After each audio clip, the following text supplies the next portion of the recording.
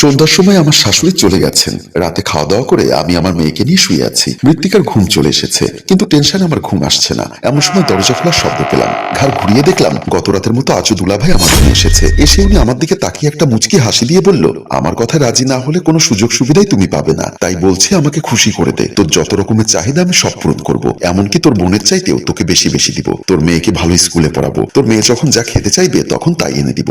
স্বর্ণ গহনায় তোকে ভরিয়ে দিব। শুধু আমার যখন তোকে মন চাইবে তখন তুই তোর দেহটা আমাকে বিলিয়ে দিবি। আমি অবাক হয়ে দুলাভাইয়ের দিকে তাকিয়ে আছি। এই মুহূর্তে আমার কি করা উচিত? হঠাৎ আমার মনে পড়ে গেল মোর্শেদের কথা। সেদিন আমি বউ সেজে যে বাসর ঘরে বসেছিলাম, যেদিন আমার বিয়ে হয়েছিল, বাসর ঘরে বসে বসে আমি কল্পনা করছিলাম কত কষ্ট করে আমার আপু এবং দুলাভাই আমাকে বিয়ে দিয়েছে। ছোটবেলায় বাবা মাকে হারিয়েছি, আপন বড় ভাই বিয়ে করে বউ নিয়ে আলাদা হয়ে গেছে। আপু অনেক কষ্ট করে আমাকে লেখাপড়া করিয়েছেন। বাবা মায়ের আদর আমি কখনো পাইনি। এখন যাকে বিয়ে করেছি তারও বাবা বেঁচে নেই। এই সংসারে আছে আমার স্বামী মোর্শেদের ছোট ভাই এবং মা। জানি না কপালে কি আছে। জনম দুঃখী মেয়ে আমি। সুখ নামে সোনার হরিণ কখনো ধরা দেয়নি। এখন যদি বিয়ের পর একটু সুখ পাই তাহলে সেটাই হবে চরম সৌভাগ্য। আমি যখন বাসর ঘরে বসে কথাগুলো ভাবছিলাম, এমন সময় দেখলাম আমার শাশুড়ি এবং একমাত্র দেবর রাজু আমার রুমে এসেছেন। ওনাদেরকে দেখে আমি কিছুটা লজ্জা পাচ্ছিলাম। আমার শাশুড়ি এসে বলল, বৌমা, এই হচ্ছে তোমার একমাত্র দেবর রাজু। আজ ওর ভার্সিটিতে একটা পরীক্ষা ছিল, যে কারণে তোমাদের বিয়েতে ও উপস্থিত থাকতে পারেনি। রাজু আমার দিকে তাকিয়ে বলল, আসসালামু আলাইকুম ভাবি। আমি ঘুমটা সরিয়ে ওকে সালামের জবাব দিলাম, ওয়ালাইকুম আসসালাম। রাজু হাসতে হাসতে বলল, ভাবি, তোমাকে আমার বড় ভাই বিয়ে করলেও তুমি কিন্তু আমার সেবাই বেশি করবে। আমার শাশুড়ি বলল, বৌমা, তোমার শ্বশুর মারা যাওয়ার পরে দুই ছেলেকে আমি অনেক কষ্ট করে মানুষ করেছি। জানি না কতদিন বাঁচবো। তোমার কাছে আমার একটাই চাওয়া, তুমি কখনো আমার ছোট ছেলেকে আলাদা করে দিবে না। যে কোনো পরিস্থিতিতে ওকে তোমাদের সাথে রাখার চেষ্টা করবে। হায়াত মওতের কথা কেউ কখনো নিশ্চিত করে বলতে পারে না। ওর বিয়ের আগে যদি আমার মৃত্যু হয়, তুমি ওকে ভালো একটা মেয়ে দেখে বিয়ে করাবে এবং তোমার মৃত্যুর আগ পর্যন্ত ওকে তোমার সাথে রাখবে। বলে আমার শাশুড়ি আমার হাত চেপে ধরে বলল, আমি জানি একটা সংসার সুখের হয় রমণীর গুণে। তোমার হাতেই আমার এই সংসারের ভালো মন্দ নির্ভর করছে। শত কষ্টেও এই সংসারটাকে আগলে রাখবে, এটাই শুধু তোমার কাছে আমার চাওয়া। আমি তখন শাশুড়ির চোখের জল মুছে দিয়ে বললাম, জন্মের পরে মায়ের ভালোবাসা পাইনি। আপনার কাছে আমার একটাই চাওয়া, আমাকে শুধু নিজের মেয়ের মতো আপনার বুকে স্থান দিবেন। আমি আজ বাসর ঘরে বসে আপনাকে কথা দিচ্ছি, কোনো অবস্থাতেই আমি রাজুকে দূরে সরিয়ে দিব না। সব সময় নিজের ছোট ভাইয়ের মতো নিজের কাছে রাখবো। এমন সময় দেখলাম আমার স্বামী মোর্শেদ শেরওয়ানি গায়ে বাসর ঘরে প্রবেশ করলো। তাকে দেখে রাজু বলল, ভাইয়া, বাসর ঘরে ঢোকার জন্য বুঝি তোমার তর্স হচ্ছে না? আর একটু পরে আসতে পারলে না? ছোট ভাইয়ের মুখে এমন কথা শুনে রাজু কিছুটা লজ্জা পেয়ে গেল। সে লজ্জায় মাথা নত করে বলল, আচ্ছা ঠিক আছে, তোরা কথা বল, আমি তাহলে আসছি। কোথায় যাচ্ছিস? বাসর ঘরে বস, আমি আর রাজু চলে যাচ্ছি। রাজু বলল, মা, আমি ভাইয়াকে বলে পাঠিয়ে দিচ্ছিলাম, তুমি তাকে থামিয়ে দিলে কেন? আমার শাশুড়ি রাজুর কান চেপে ধরে বলল, তোর আর পাকনামো করতে হবে না, এখন চল, কাল সকালে ভাবির সাথে কথা বলিস। বলে রাজুর এক কান ধরে আমার শাশুড়ি ওকে টানতে টানতে বাসর ঘর থেকে বের হয়ে গেল। মোর্শেদ আমার সামনে এসে বসে বলল, রেশমি, মানুষের জীবনের শ্রেষ্ঠতম রাত হচ্ছে বাসর রাত। এই বাসর রাতে তোমার কাছে আমি তিনটা জিনিস চাইবো, তুমি আমাকে কথা দাও সেই তিনটা জিনিস তুমি আমাকে দিবে। আমি অবাক হয়ে তাকে বললাম, আমার সবকিছুই তো আপনার, আপনি যে জিনিসগুলো চাইবেন সেগুলো যদি আমার কাছে থাকে তাহলে আমি অবশ্যই আপনাকে দিব। তোমার কিছু দিতে হবে না, শুধু আমাকে কথা দিতে হবে। আমি অবাক হয়ে প্রশ্ন করলাম, কি কথা? মোর্শেদ তখন আমার হাত চেপে ধরে বলল, তুমি আমাকে কথা দাও কখনো আমার মাকে কষ্ট দিবে না। জন্মের পরে মায়ের ভালোবাসা পাইনি, ওনাকেই নিজের মা ভেবে নিয়েছি। কোন সন্তান কি তার মাকে কষ্ট দিতে পারে? আমি আপনাকে কথা দিচ্ছি, কখনো আপনার মাকে আমি কষ্ট দিব না। আমার দ্বিতীয় চাওয়া, আমার ছোট ভাইকে তুমি নিজের ভাইয়ের মতো জানবে। কথা দাও, তার জন্য যদি তোমার সর্বোচ্চ ত্যাগ করতে হয় তুমি তাই করবে। দেখো মোর্শেদ, আমার আপন বড় ভাই বউয়ের কথা ধরে আমি আর আমার আপুকে ত্যাগ করে চলে গেছে। আমার আর কোনো ভাই নেই। রাজুকে নিজের ভাই মনে না করলে কাকে নিজের ভাই মনে করব বলো? আমি তোমাকে কথা দিচ্ছি, সুখে দুঃখে রাজুর পাশে বড় বোন হয়ে দাঁড়াবো। আমার এবার তৃতীয় এবং শেষ চাওয়া তোমার কাছে, জীবনে যদি আমি কখনো মরেও যাই তবু তোমার দেহের ভাগ অন্য কাউকে দিবে না, যাতে ভবিষ্যতে কখনো আমার বাচ্চা কাচ্চা হলে তাকে কেউ চোখ তুলে বলতে না পারে তোর মা অসতী কলঙ্কিনী। তুমি আমাকে কথা দাও, তোমার কাছে রাখা আমার গচ্ছিত আমানত তুমি কখনো কাউকে বিলিয়ে দিবে না। মোর্শেদের এমন কথা শুনে আমি হাসতে হাসতে বললাম, নারীর অমূল্য সম্পদ হচ্ছে তার সতীত্ব। আমি আপনাকে কথা দিচ্ছি, এ দেহে প্রাণ থাকতে আমার এ দেহের ভাগ আমি অন্য কাউকে দিব না। বলেই আমি মোর্শেদের বুকে মাথা রাখলাম। সেদিন স্বামীকে দেওয়া কথা আমার বারবার মনে পড়ছে। আজ আমি এমন পরিস্থিতির মুখোমুখি দাঁড়িয়ে না পারছি স্বামীকে দেওয়া কথা রাখতে, না পারছি দুলাভাইয়ের হাতে নিজের দেহটা তুলে দিতে। আল্লাহ আমাকে কোন পরিস্থিতির মুখোমুখি দাঁড় করালো।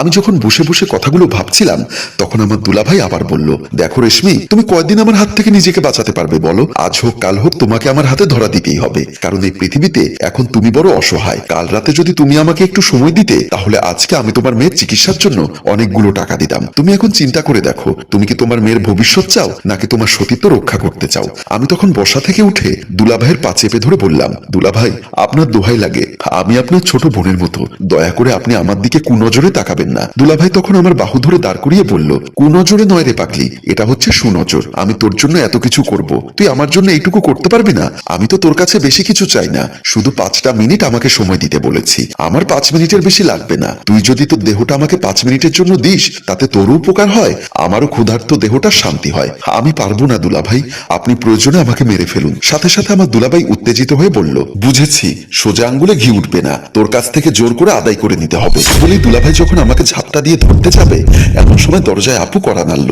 সাথে সাথে দুলাভাই চমকে উঠে থমকে দাঁড়ালো। রাগে গড়গড় করতে করতে বলল, এই শালার বউটার জন্য কিছুই করতে পারছি না, না জানি কোন দিন ঘুমের মধ্যে গলা টিপে মেরে ফেলি। আপু একাধারে দরজায় বাড়ি দিতে লাগলো। দুলাভাই আবারও বলল, গতকালকের মতো আজকেও তোর আপুকে মিথ্যা বলবি, আমি যেভাবে নাটক সাজাই সেভাবে অভিনয় করবি। যদি উল্টাপাল্টা করিস তো তাহলে আজ রাতেই হবে তোর এবং তোর আপুর শেষ রাত, কথাটা মনে থাকে যেন। বলেই দুলাভাই দরজা খুলে দিল। আপু ভেতরে ঢুকেই রাগান্বিত কণ্ঠে বলল, আজও কি রেশমির খাট ভেঙে গিয়েছিল? দুলাভাই দক্ষ অভিনেতার মতো হাসতে হাসতে বলল, আরে না, তাহলে এত রাতে তুমি রেশমির রুমে কি করছো?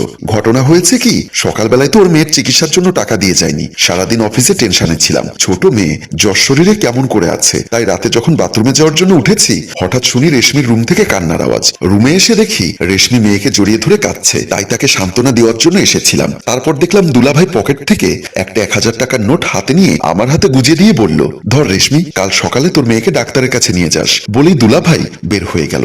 এর মধ্যে আপুকে লক্ষ্য করলাম কিছুটা সন্দেহপ্রবণ দৃষ্টিতে আমার দিকে এবং আমার মেয়ের দিকে তাকাচ্ছে। হয়তোবা আপু কিছুটা উপলব্ধি করতে পেরেছে, তাই উনি কোনো কথা না বলে শেষ পর্যন্ত ওনার রুমের দিকে চলে গেল। এদিকে আমার শ্বশুর বাড়িতে আমার একমাত্র দেবরের জন্য আজ মেয়ে দেখতে যাচ্ছে। আমার শাশুড়ি এবং আমার দেবর রেডি হয়ে ড্রয়িং রুমে অপেক্ষা করছে।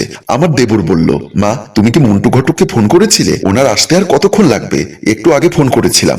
ঘটক মন্টু বলল আমাদের বাড়ির কাছাকাছি চলে এসেছে। এমন সময় ঘটক মন্টু বলল, ঘরের কাছাকাছি কি? আমি তো একেবারে সামনে চলে এসেছি। আমি আন্তরিকভাবে দুঃখিত, আসতে একটু দেরি হয়ে গেল। আমার শাশুড়ি বলল, আমরা 2 ঘন্টা ধরে তোমার জন্য অপেক্ষা করছি, দেরি না করে তাড়াতাড়ি চলো। আমার দেবর বলল, ঘটক তুমি কি মেয়ের বাড়িতে ফোন করেছিলে? ওনারা মেয়ে দেখাতে প্রস্তুত তো? ঘটক মন্টু বলল, প্রস্তুত কি, ওনারা মেয়েকে নিয়ে বসে আছে, আপনারা যাওয়া মাত্র পছন্দ হলে আংটি পরিয়ে দিতে পারবেন। তাহলে আর দেরি করে লাভ কি, তাড়াতাড়ি চলো। বলে ওরা মেয়ে দেখার জন্য বের হয়ে গেল। মেয়ে বাড়ির ড্রয়িং রুমে মেয়ের বাবা চেয়ারে বসে মোবাইলে কার সাথে জানি কথা বলছিল। আমার শাশুড়ি এবং দেবরকে দেখে উনি মোবাইলের লাইন কেটে দিয়ে বলল, আসুন আসুন, বসুন, আসতে কোনো সমস্যা হয়নি তো? আমার শাশুড়ি বলল, আসতে তেমন কোনো সমস্যা হয়নি, কিন্তু ঘটকের জন্য 2 ঘন্টা আমি আমার বাড়িতে অপেক্ষা করছিলাম। ঘটক বলল, আমি আরেক জায়গায় বিয়ের কথা পাকাপাকি করতে গেছিলাম, এজন্য আসতে লেট হয়ে গেল। তোমাদের তো কাজই হচ্ছে এটা। আচ্ছা আপনারা বসুন, আমি আপনাদের জন্য কিছু চা নাস্তার ব্যবস্থা করি। না না ভাইজান, এখন চা নাস্তার ব্যবস্থা করার দরকার নেই, আগে আপনার মেয়েটাকে দেখান, যদি আমাদের পছন্দ হয় তাহলে আমরা আজই আংটি পরিয়ে বিয়ের কথা পাকাপাকি করে যাব। তা কি করে হয়, বিয়ে হোক বা না হোক, আমার বাড়িতে আপনারা মেহমান এসেছেন, একটু নাস্তা পানির ব্যবস্থা না করলে দেখতে খারাপ দেখায় না? আল্লাহর হুকুমে যদি আপনার মেয়ের সাথে আমার ছেলের বিয়ে হয় তাহলে তো আর আপনাদের বাড়িতে আমার খেতে কোনো আপত্তি নেই। তাই বলছিলাম আগে মেয়েটা দেখান। তারপর মেয়ের বাবা মেয়েকে আনতে রুমের দিকে চলে গেলেন। আমার দেবর রাজু বলল, এই ঘটক, এটা কেমন ফ্যামিলিতে এনেছো যেখানে বসার জন্য ভালো কোনো সোফা সেট নেই? আমার শাশুড়ি রাজুকে থামিয়ে দিয়ে বলল, শ্বশুর বাড়িতে কি আছে কি নেই ওটা দিয়ে তুই কি করবি, যাকে বিয়ে করতে এসেছিস মেয়েটা ভালো হলেই হলো। ঘটক বলল, মাশাল্লাহ, মেয়ে হাজারে একটা, আমি মন্টু ঘটক আজ পর্যন্ত কোনো খারাপ মেয়ের সন্ধান কাউকে দেইনি। এমন সময় মেয়ের বাবা মেয়েকে এনে ওনাদের সামনে বসালেন। মেয়ে ওনাদেরকে সালাম দিলেন, আসসালামু আলাইকুম। বাকিরা সবাই সালামের জবাব দিলেন। আমার শাশুড়ি মেয়ের দিকে এক পলক তাকিয়ে বলল, মাশাল্লাহ, মেয়ে তো অনেক সুন্দর, আমার রাজুর সাথে ভালোই মানাবে। তারপর আমার শাশুড়ি মেয়ের দিকে তাকিয়ে বললেন, তোমার কাছে আমার জানার মতো কিছুই নেই, তোমার ব্যাপারে সব খোঁজ খবর আমরা নিয়েছি, আজ এসেছি আমার ছেলেকে দেখিয়ে তোমার যদি পছন্দ হয় তাহলে আংটি পরিয়ে যাব। মেয়ের বাবা বলল, আপনাদের সম্পর্কেও আমার যা খোঁজ খবর নেওয়ার সব নিয়ে ফেলেছি, আপনারা চাইলে আমার মেয়েকে আংটি পরাতে পারেন। আমার শাশুড়ি বলল, আগে আপনার মেয়ের আমার ছেলেকে পছন্দ হয়েছে কিনা জিজ্ঞাসা করুন।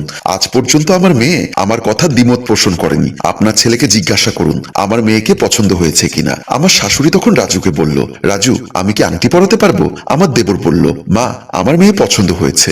সাথে সাথে সবাই আলহামদুলিল্লাহ বলল। আমার শাশুড়ি তখন ওনার ভ্যানিটি ব্যাগ থেকে আংটি বের করে বলল, দেখি মা তোমার হাতটা দেখি। পাত্রী তখন আমার শাশুড়িকে থামিয়ে দিয়ে বলল, আমার পাত্রের সাথে কিছু পার্সোনাল কথা আছে। হঠাৎ করে পাত্রীর মুখে এমন কথা শুনে পাত্রীর বাবা এবং আমার শাশুড়ি চমকে উঠলেন। আমার শাশুড়ি যতটা না অবাক হলো তার চেয়ে বেশি অবাক হলো মেয়ের বাবা, তাই উনি আমতা আমতা আমতা করে বলল, তোর আবার কি কথা? সাথে সাথে আমার শাশুড়ি বলল, থাক, ও যখন ছেলের সাথে কথা বলতে চায় তাহলে ওদেরকে একটু সুযোগ দেওয়া উচিত। ওদেরও তো কিছু একান্ত প্রশ্ন থাকতে পারে। যাও মা, তুমি রাজুকে সাথে নিয়ে যাও, তোমার যা যা জানার ওর থেকে জানতে পারবে। এরপর রাজু এবং পাত্রী ওদের বেলকনির দিকে চলে গেল। ওরা বেলকনিতে একজন আরেকজনের মুখোমুখি দাঁড়ালো। তারপর মেয়েটি বলল, হ্যালো ভিউয়ার্স, বিয়ের পাত্রী রাজুকে কি বলল সেটা জানতে হলে আপনাদের অপেক্ষা করতে হবে আগামী পর্বের জন্য। আর অবশ্যই কমেন্ট বক্সে গিয়ে লিখতে হবে এই গল্পের তৃতীয় পর্ব চাই। মনে রাখবেন, যে গল্পের কমেন্টস এবং শেয়ার কম হয় আমরা সেই গল্পের পরবর্তী এপিসোড তৈরি করি না। তাই উক্ত গল্পের তৃতীয় পর্ব দেখতে চাইলে বেশি বেশি কমেন্ট এবং শেয়ার করুন। এতক্ষণ ধরে আমাদের গল্পটি দেখার জন্য আপনাদেরকে অসংখ্য ধন্যবাদ।